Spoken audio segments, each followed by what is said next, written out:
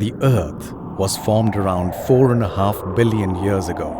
The first human evolved over 400,000 years ago. Homo sapiens had an urge to be mobile for food and shelter. The mid-18th century saw the birth of the Industrial Revolution in England, which later swept the world. With it came towns and cities, and the exodus to urban sprawls. The human urge for mobility touched greater heights, and mass consumption became the magic mantra. By October 1999, the world's population had grown to 6 billion. It had now doubled in only 40 years. By the late 19th and early 20th centuries, new terms such as greenhouse gases, climate change, and global warming were not only coined but also debated as issues. These terms indicated that within just 200 years of the Industrial Revolution, we, humans, had depleted the Earth's finite natural resources created over billions of years to the point of an environmental and, indeed, human crisis. The three main culprits of climate change: gas emissions from power plants, vehicle emissions, and building activity. Today, we stand on the brink of an ever-increasing risk of extinction. With the world's vehicle population slated to touch 1 billion by the end of 2008, a vital part of the solution lies in drastically reducing vehicle emissions. The time to act has arrived. Can sustainable mobility play a role in not only reversing this crisis, but also help provide quality of life to each one of us on Earth?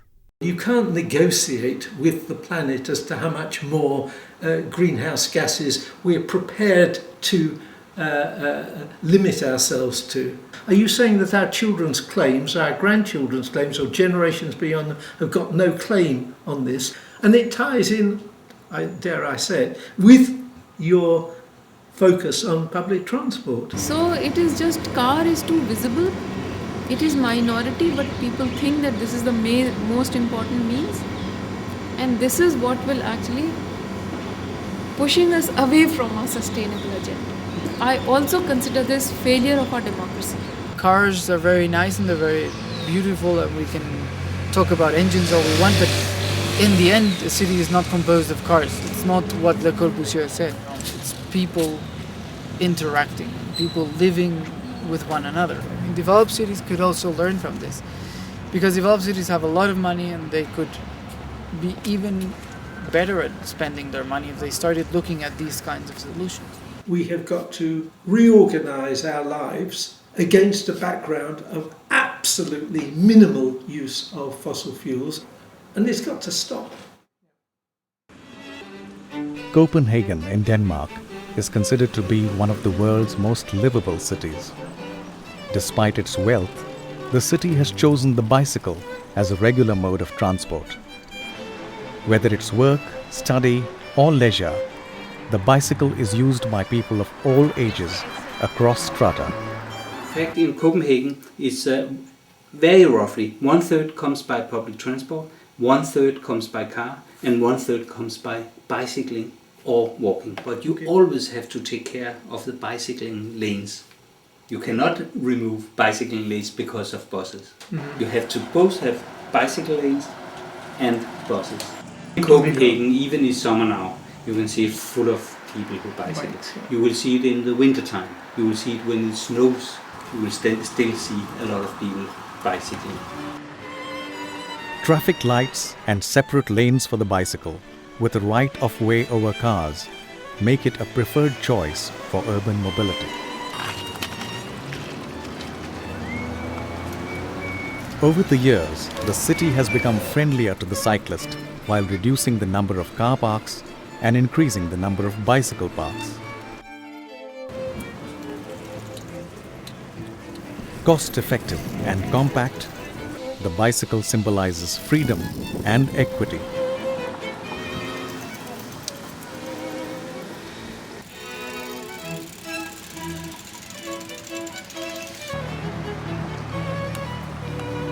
It's the easiest way to get around in the city, and it doesn't pollute. Then it's good with some exercise. The cheaper and more fun. It's quite safe to bike. It's quicker to get backwards and forwards on the bike than with the car. The bike you can park anywhere. With the car you have to drive round and round to find parking places.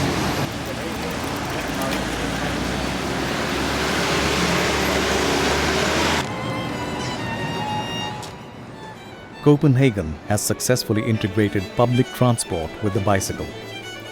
Elevators allow cyclists to easily access the subway train stations. Cyclists can then wheel their cycles into specially marked compartments where they can be secured. This gives an opportunity to commuters to plan longer journeys using the bicycle.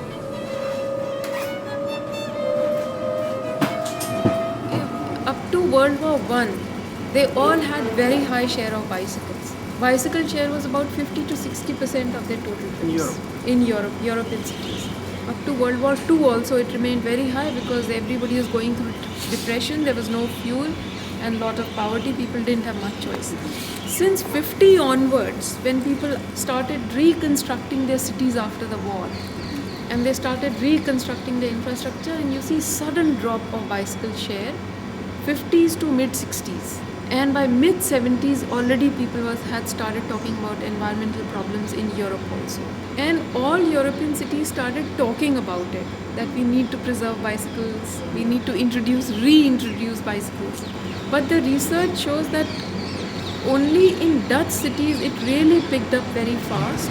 And today we do find that 20 to 30% trips are by bicycles in Dutch cities, because bicycle was not promoted as a mode of leisure or recreation only. But they said just like, bicyclists are your regular commuters, they need to go to office, they need to go to work, so we need to construct infrastructure for them.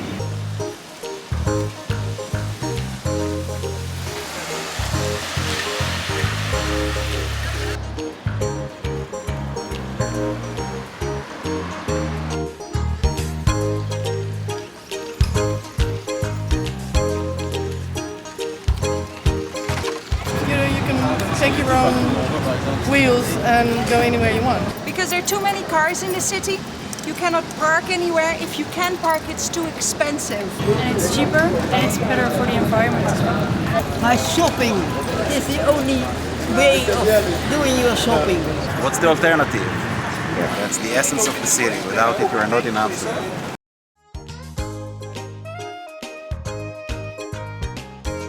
Amsterdam is a city with a large number of waterways and canals.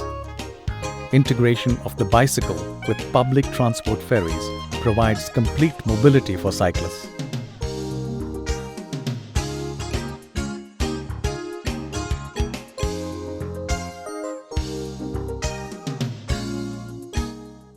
There's something far more important than walking, which is the bicycle.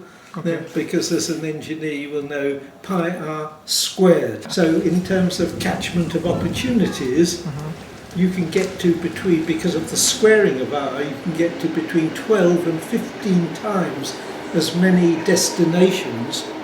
If you think of that circle of opportunity, if you say, I don't want to spend more than 20 minutes travelling, of the journeys you want to make on a bicycle that you could on foot.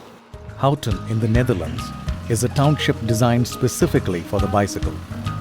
Right of way for bicycles over cars is a way of life in Houten.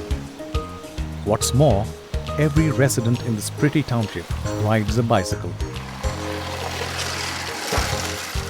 And on top of it, because it can feature to such a significant degree in terms of meeting your daily needs, it has also got this fundamental health benefit because you're getting regular exercise, not out of your leisure time, but out of your travel time. So which means the reduction on the burden on the health service, because if people are able to maintain their fitness on the regular basis, cycling to school, to work, to their friends and so on, then of course you are getting that additional bonus over and above the bonus of being able to get door to door so much faster than by public transport. In big cities, with longer distances, comfort and time constraints being the issues, people believe cars are the solution. The ever-increasing car numbers create traffic snarls and pollution for all. In short, we get an inefficient, inequitable, and unhealthy city. There is enough empirical evidence now from several cities all over the world that this is not a solution. I mean, the key issue is think about people and you will get people happy. Think about cars and you will have nobody happy. Not even those people in cars. You look at the United States and they are very, very, very, very far away from anything sustainable, from anything that will really improve transport or lifestyles or public life. They thought that the car would solve everything, but what you're getting is higher levels of mental depression, and you're getting higher levels of obesity and much sadder people, less motivated people, and a Prozac nation. Absolutely, it's the same problem worldwide. Okay. Because the people see the advertisements on TV and to buy new cars. Yes. And when you say the advertisement for private cars, never they show traffic jams. They only say one vehicle, one private car with empty. And of course, this is a culture, American culture. This is the problem. And the people dreams, I am person if I have a private car. If I don't have a private car, I'm not a human being. This is problem in India, in Russia, China, all. Because the car is nice, but it's like the virus of our society. So the cars are greedy, they want more and more and more. And need to say that enough is enough and start to give priority to public transportation. So how did Bogota develop a solution for sustainable transport?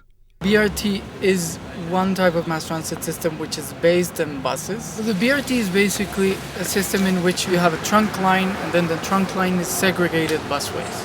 And in those segregated busways you have one for the buses, another overtaking lane for each side, and the station. These are all red buses, which are the bi-articulated buses in the case of Bogota. They're really long buses, 160 people, of which 80% are standing and the others are sitting. And this is the main component of the system.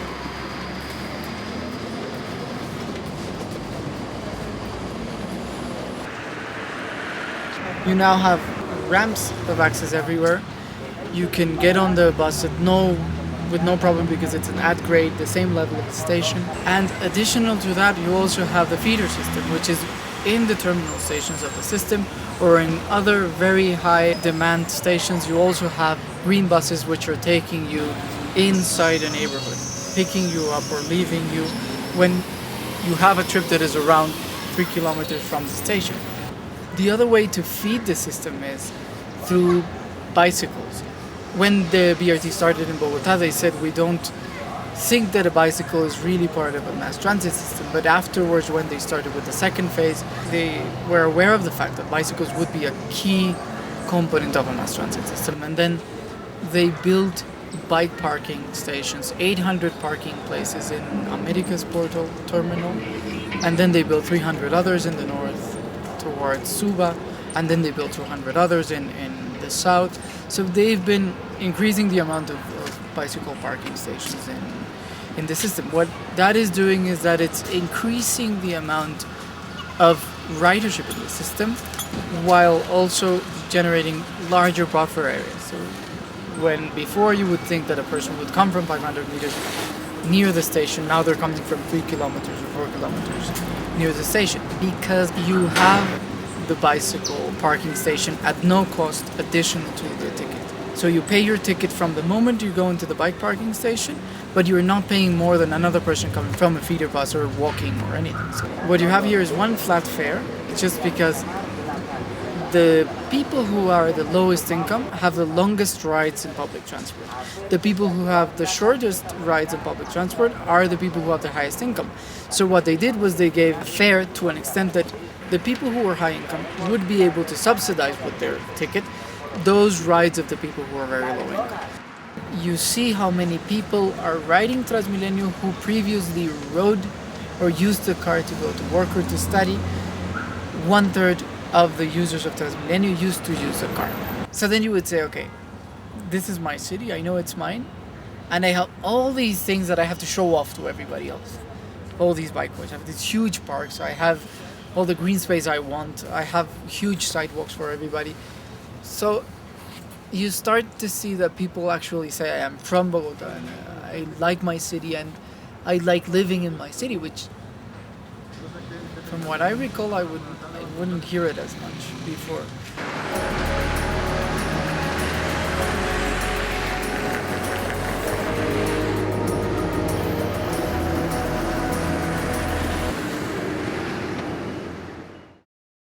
Curitiba in Brazil is considered to be the world's most innovative city.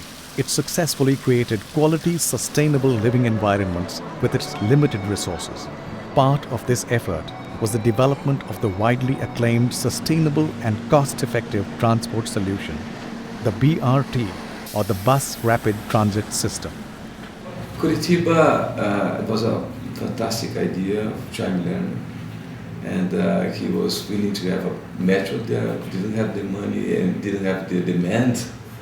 So he invented the metro by bus. So the idea to consider a bus as a bus system in the same way you consider a metro. So with stations outside, not bus stops, just bus station, and you pay outside, and then you have a bigger bus. And then people would enter very quickly, so the transfer would be very quick. And then the whole, in the zoning for the land use, they have allowed high-rising buildings nearby the corridor. And then the density goes down outside the corridors. So if you get an aerial photograph of Curitiba, you're gonna see where are the corridors. You don't see the corridors, but you see the high-rising buildings around the corridors. In Curitiba, they had prepared the city for transit-oriented development without having this concept before. And in Curitiba, they thought of having a big bus, like a metro, by bus, you know. It was easier to have a station, high stations, and as you want to be fast, don't want the bus stopped so long at the stations. So the idea is to have one level, like a metro. And then you have the station here, and the bus is here. So if some people with physical disabilities will enter, okay, and enter the bus, it's on the left. So blind people, handicapped people, it's going to be easy for them to use. So it's a completely accessible system. And then for the station, you have ramps. Usually, the station is the bottleneck of the system. So if you pay before boarding, then everything is going to be much more efficient. Buses won't stop so much at the station, so the bottleneck won't happen. And then you're going to have greater capacity, and so you can have more people using the system. Curitiba has a public transit system based exclusively on buses. Besides the bi-articulated red bus that runs on segregated lanes, there is an array of other buses, like the Silver Express bus that stops less frequently, or the yellow bus, which is the conventional city bus, or the green interterminal bus, and the orange feeder bus, among others. Along with the development of the BRT system in the 70s, Curitiba closed its city center to motor vehicles to create Brazil's first ever pedestrian mall.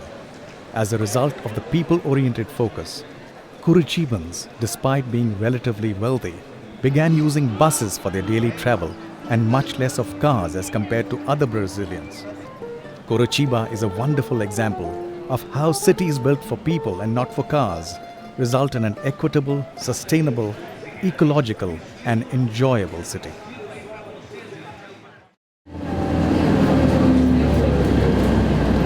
Today, cities around the world are waking up to the fact that the focus needs to be on people rather than cars.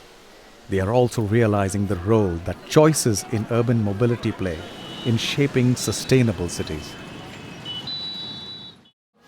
Well, according to the 2001 Origin Destination Survey in Santiago, 2% of all the trips are done by bicycle. Just 2%. This is 7 years ago, and now in Santiago you see a lot more cyclists. There are many things that are making progress. There is a bicycle master plan that's being led by the regional government. This is 690 kilometers of cycle routes to be built on 2012. So there are around 100 kilometers already built in all of Santiago. Non-motorized transport is actually the way that a lot of people work in the city, and the poorer people use the bicycle as a means of transport. So improving the facilities and the conditions for non-motorized transport really makes a huge difference in terms of equal access to the city for everyone. So. In Barcelona, bicycles have been turned into a public resource with the introduction of BeSing, a public bike sharing scheme. For a small annual fee, one can participate in the scheme. Bicycles can be picked up from any one of the hundreds of bike stations across the city and can be dropped off at any other.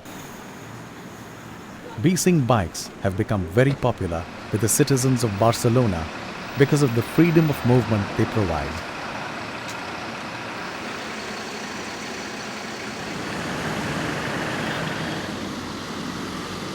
It's a nice project that enables people to travel. It's cheaper. You can go sometimes more quickly with this kind of transport than the buses or metro. In the metro it's too warm, so it's better to walk or the bicycle. And it's not expensive at all, so... There's no sense to have a car here in the center. I own a car, but it's normally for long trips. It's complementary to the other transport.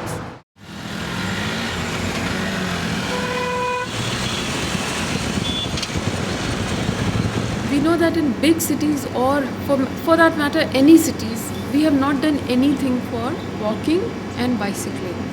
And these two modes, as you are saying, are carbon neutral modes. All our planning is for actually motorized modes. All infrastructure investment is for motorized modes. But despite hostile infrastructure, bicycling and walking never disappears. It has become less than what it used to be. Indian cities have a very interesting characteristic that most of the places we have mixed land use patterns. That means residential, commercial and small businesses all coexisting. And not only that, sometimes even your low income households and high income households coexisting. Many times by violating the formal plans. That is what we end up calling slums. But because of this, what is happening is that we end up having short trip lengths. Because of short trip lengths, people are able to walk and to bicycle. So actually it is resulting in carbon neutral transportation systems. So in Delhi also we still have about 8 to 10% people using bicycles. And we have about 20 to 25% people walking. And when you go to, of course, to smaller and medium cities, the share of bicycling is easily up to 20 to 25%. Mumbai numbers I find even more interesting. 2004 data shows 6% people are using car for commuting and 7% people are using bicycles.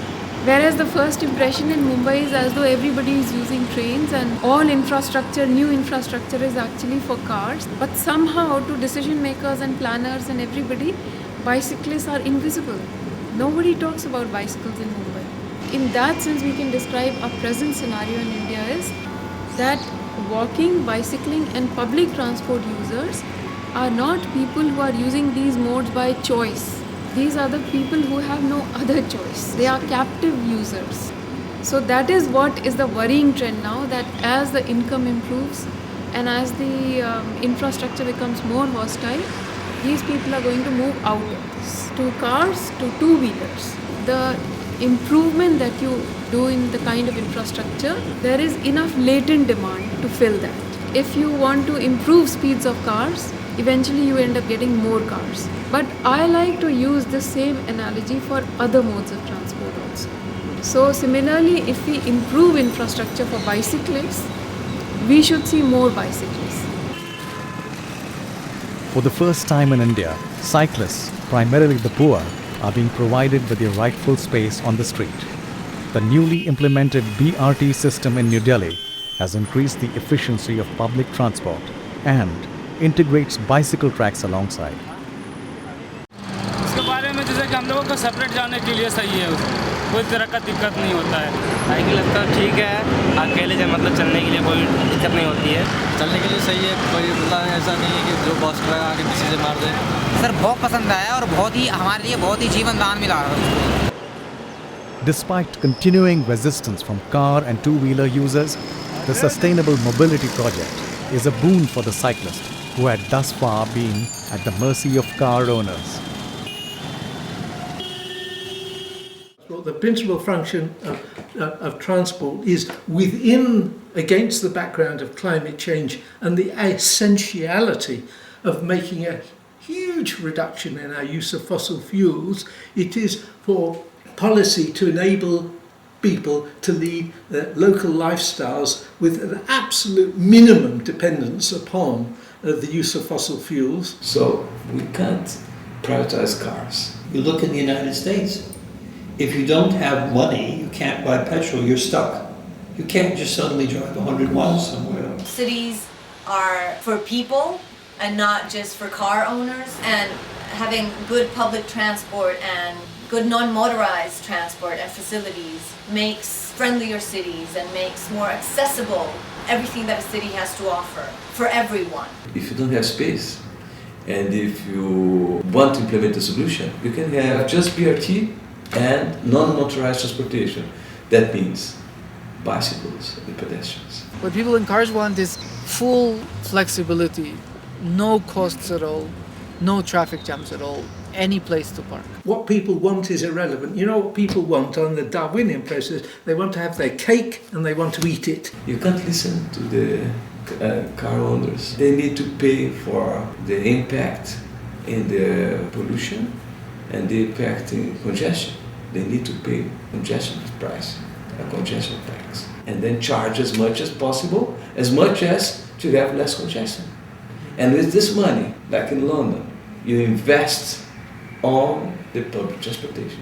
The price of petrol is going to go up. People are going to rely more on transport. Transport investment has been very low for the last many, many years. We're going to need to improve it all over the world. When people want a good service of public transport, a good service or a nice city, and the way that you can accomplish it effectively and much better than what you thought is by providing these high quality spaces for these citizens walking, for them going on the bicycle. We see the bike as a tool for building equality. If you want to promote bicycle as a carbon neutral mode, you have to promote it as a regular mode of transport. So if you have to prioritize, you should prioritize sidewalks, bikeways and public transport. So where does the government place its spectacles? Do you try to say to people, we want to give you a society where you have an equitable form of transport? It's safe for women, generally speaking. It's certainly safe for children. If a city is safe for a child, then it's good for everyone. The budget has to be in the city and in the citizens, not in the machines. It's a quality of life issue. If you're willing to trade that for money, you're in trouble. I think the paradigm shift will have to come from us, people. It's not going to be the companies or the governments that are going to be the leaders in this. We have to strengthen our grassroots democracy. They have to demand it.